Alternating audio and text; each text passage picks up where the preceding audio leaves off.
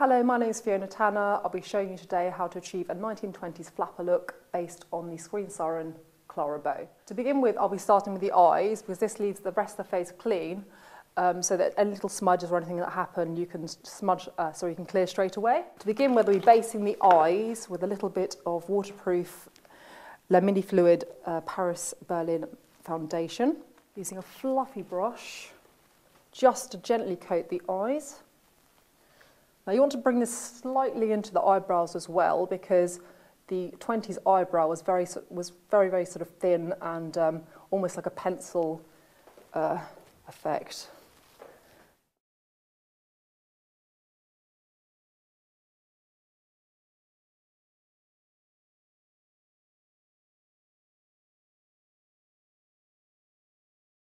Right, so I'm just going to powder the eyebrows a little bit with some setting powder. Just a light dusting over the rest of the eye. Use a flat brush just to get a little bit more coverage over the actual eyebrows.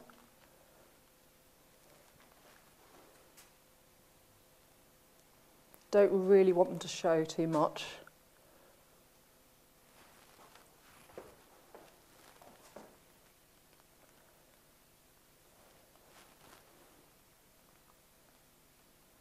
Eyebrows are a good place to start because they frame the face. And for any period look, they are really the focus, as well as the lips. With my Paris Berlin liner, I'll be achieving a nice pencil-thin 20s brow. So if you're quite unsure how to do this, the best thing to do is actually pinpoint either side to begin with.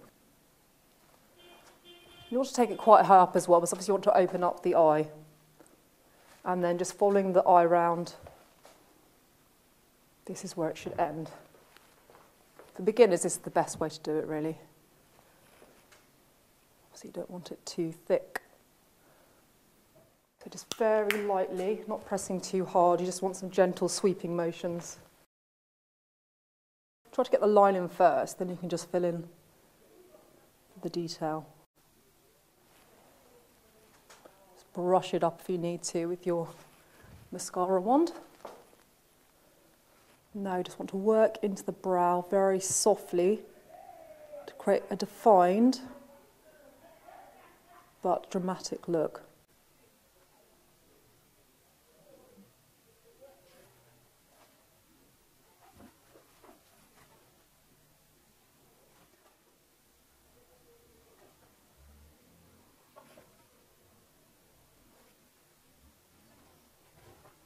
Now the next thing you want to do is to actually create a nice base for the eye makeup to sit on. So I'm going to use a kohl pencil for this. And just working along the lash line. You don't want to go too much inside the eye, because obviously this is more of a flapper look, not a vamp look. The vamp look was popularised by people like Frida Barra, and it was generally a lot more sort of darker and more vampy. And if you just work into the crease, if you just look straight ahead, if you're unsure where the crease actually is, just mark it a little bit.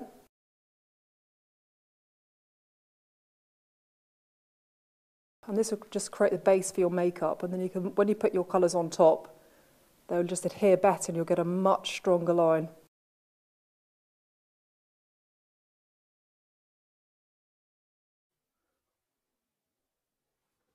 It's really best to use a waterproof pencil for this kind of thing, as it will last longer.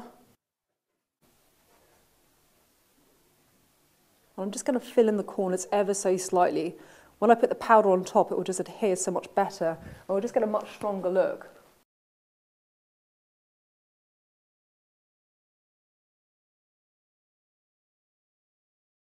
Now I'm going to work into the kohl pencil with a little bit of black powder, just to set it, so when I blend on top, the kohl pencil underneath will actually adhere and stay there and last longer. So just working along that lash line.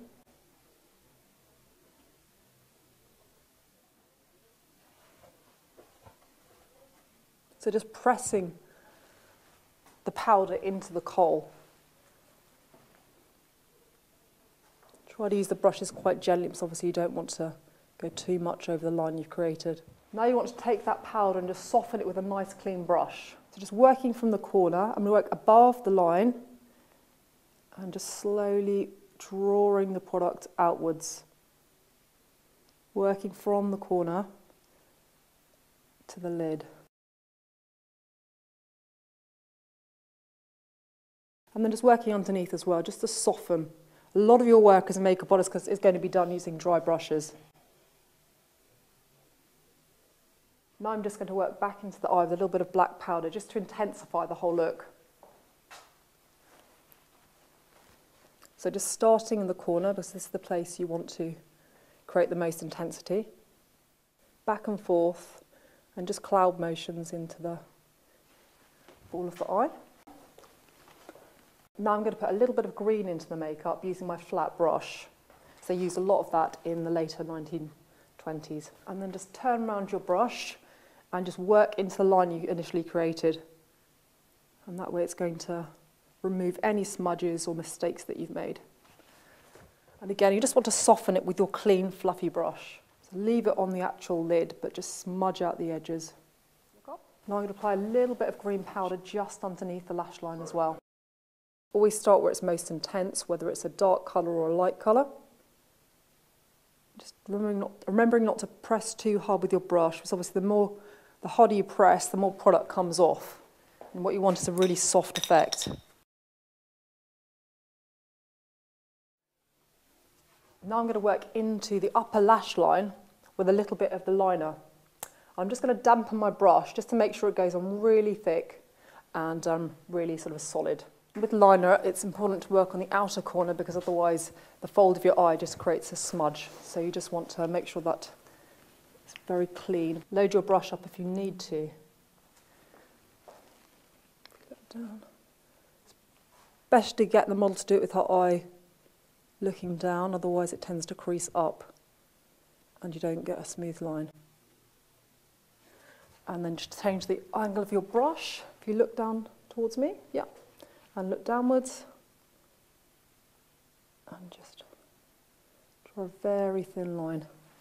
And the same with the lower lash line as well. You just want to press very, very lightly, because again, if you press too hard, it's going to be too thick, and that's not the look we want. Always start where it's most intense. Barely even touching the eye.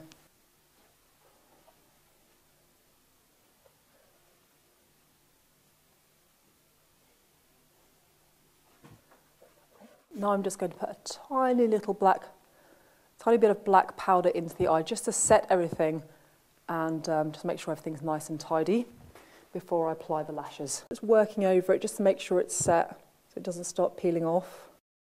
And what you can do to actually set the eyes is actually use a little bit of setting powder, and this will just help to keep it in place. So just on the lid and just press it in. It is clear, it's translucent, so it won't really affect the makeup underneath too much. With my flat brush, I'm just going to use a little bit of the white setting powder just underneath the brow line. That's important when you're doing lashes to actually measure them onto the model's eye, just to make sure they're the correct length. Tease them off ever so slightly with your thumbs, not to damage them. You just do this while the model's looking down and just place it in the centre.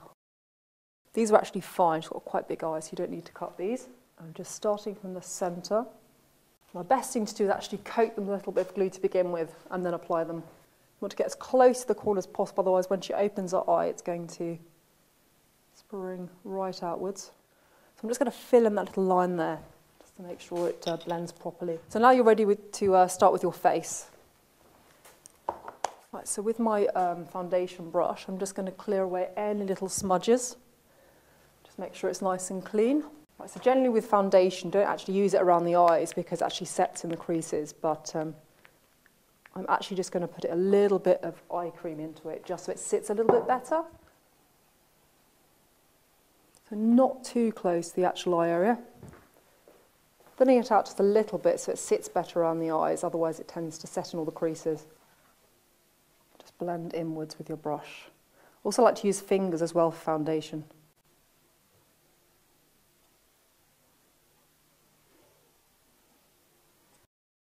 Try to keep the eye area quite moist unless it's a very, very brightly lit room.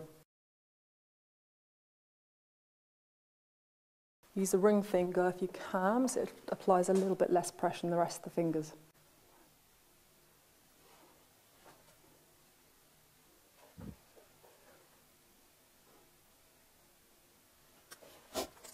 Now you want to apply the rest of your foundation in sweeping motions over the rest of the face. So I'm just going to sporadically put little dots all over the face before working in with my brush.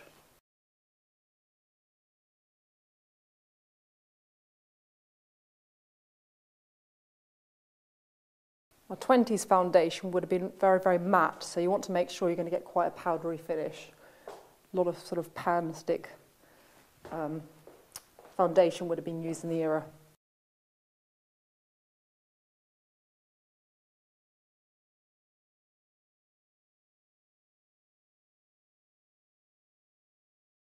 In a soft zigzagging motion, just working into the hairline to begin with.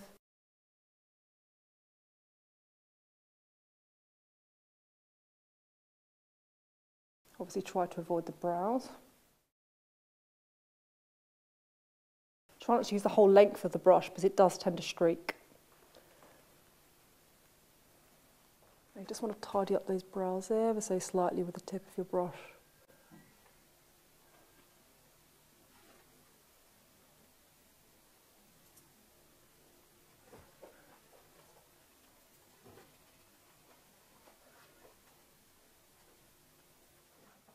Applying a little bit more on the nose.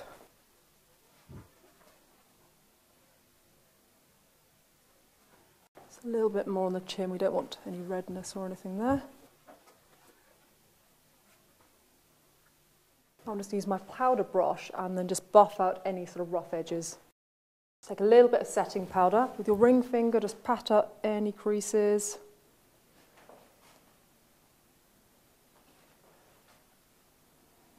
Just work underneath.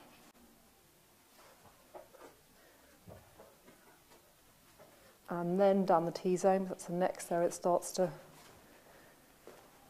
be quite shiny.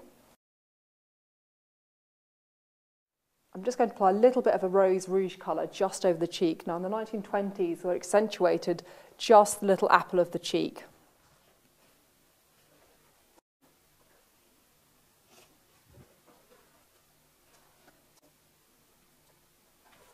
And then just work in with your brush. So again, I'm just going to set it with my setting powder. So any areas that start to shine again, just work over those. And finally the lips. So for the lips, I'm just going to apply a little bit of prep. So you've already applied a little bit of lip balm, just moisten the lips. Now I'm just going to work over the top of it with a little bit of foundation or concealer. Then working with my Paris Berlin pencil, we're going to actually achieve a Cupid's bow look. And that was actually created by Max Factor in the 1920s, which he did with his thumbs. Begin with, I'm just going to use my flat brush, just to put in the Cupid's bow.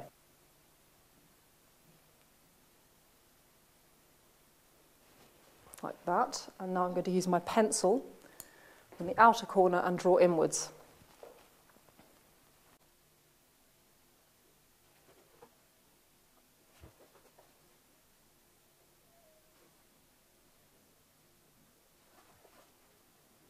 And it would have been quite a dark lip in the 1920s, so let's just fill that in with a deeper pencil.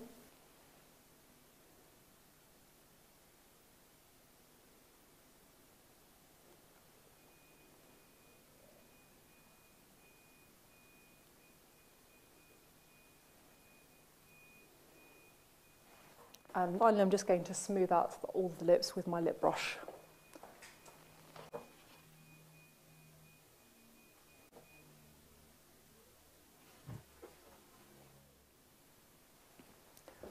And there you have it, a 1920s Clara Bow vintage look.